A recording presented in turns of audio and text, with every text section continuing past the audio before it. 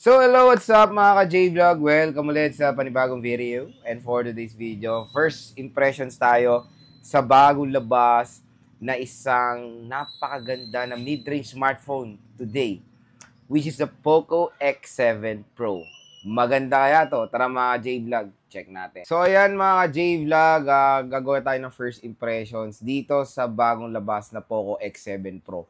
So, itong Poco X7 Pro is recently lang ni-launch ni Poco dito sa Philippines, at ang magandang balita mga J-Vlog is available na siya sa official store ni Poco sa Shopee.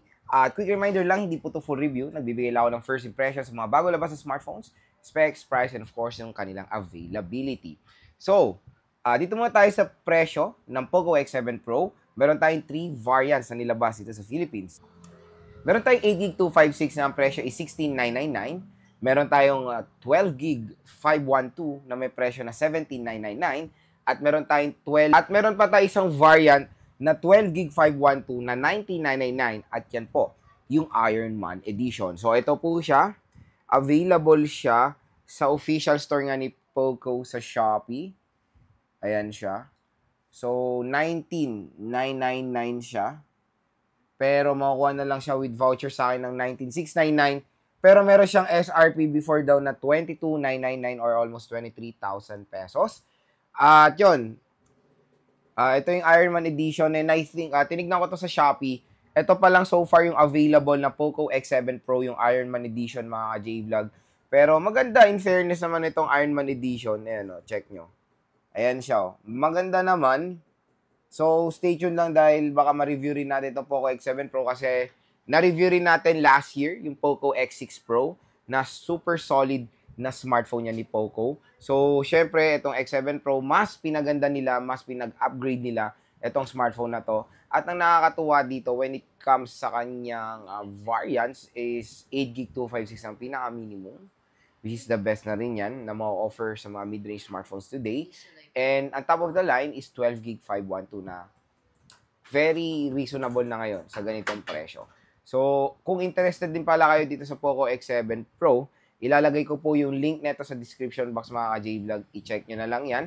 At i-add to cart nyo na. Dahil sobrang mura na lang to ngayon launch date ni Poco. Ang laki po na madi-discount nyo. At meron tayong mga additional freebies. Dito ngayon, mayroon kayong libre na charger. So, I don't know kung yun nga, slim box na rin itong Poco X7 Pro. Sana hindi kasi tingnan niyo na libre na kasi is charger. So the possibility talagang yun na yung niya, slim box na siya mga J-Vlog. Which is for me nakakalungkot lang na part yung mga na ganyan na slim boxes na instead na inclusion talaga yung charger, nagiging freebie na lang, di ba? So, yun.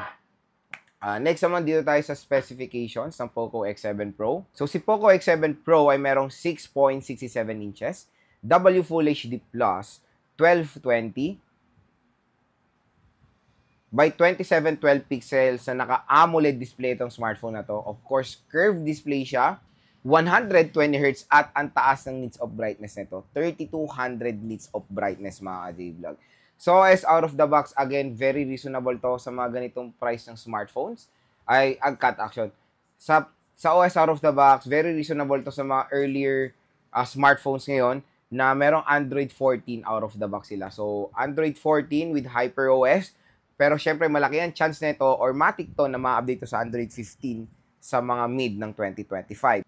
Sa chipset, meron tayong MediaTek Dimensity 8400 Ultra na 4nm lang yung sukat niyan. Meron tayo octa-core CPU na merong clock speed na up to 3.25 GHz, and sa GPU naka-Mali G720 siya.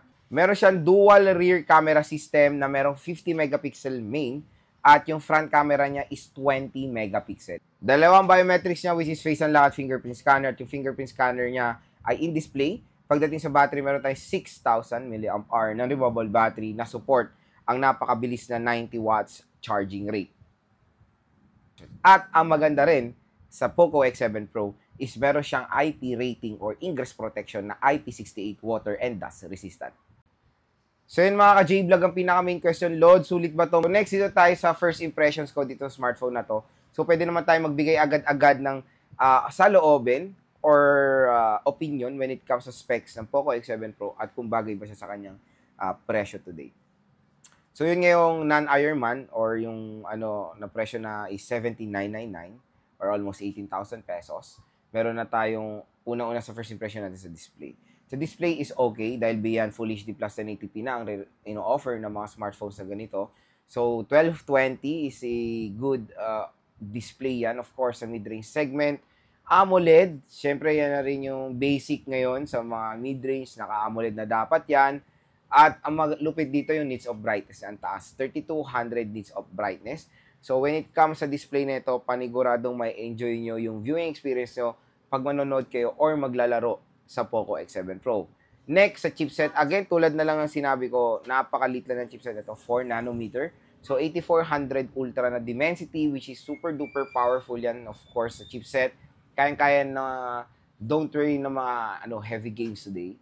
Like Genshin, Firelight 84, ML, kayang-kaya yan matik dito sa Poco X7 Pro. Siyempre, mga X-series ni Poco, sa mga hindi nakakalam, medyo nagfo-focus rin yan sa gaming side.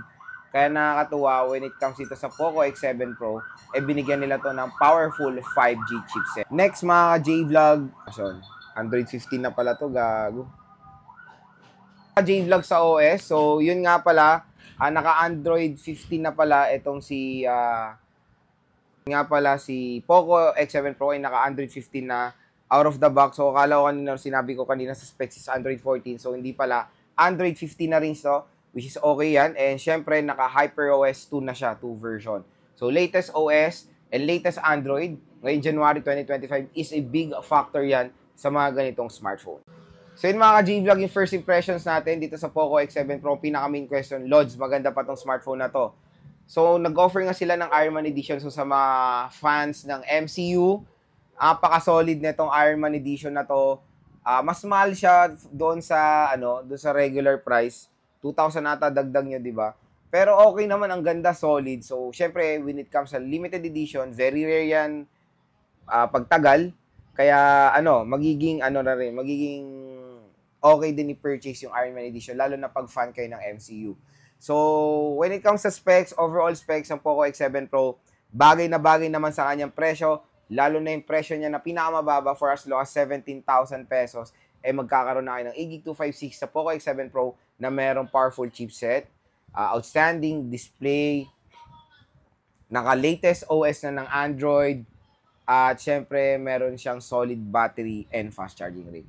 Kung interested kayo dito sa Poco X7 Pro, ayan, nilalagay ko po yung link niya sa description box. Abangan nyo na lang po yung full review, game test, and unboxing ko dito sa smartphone na to.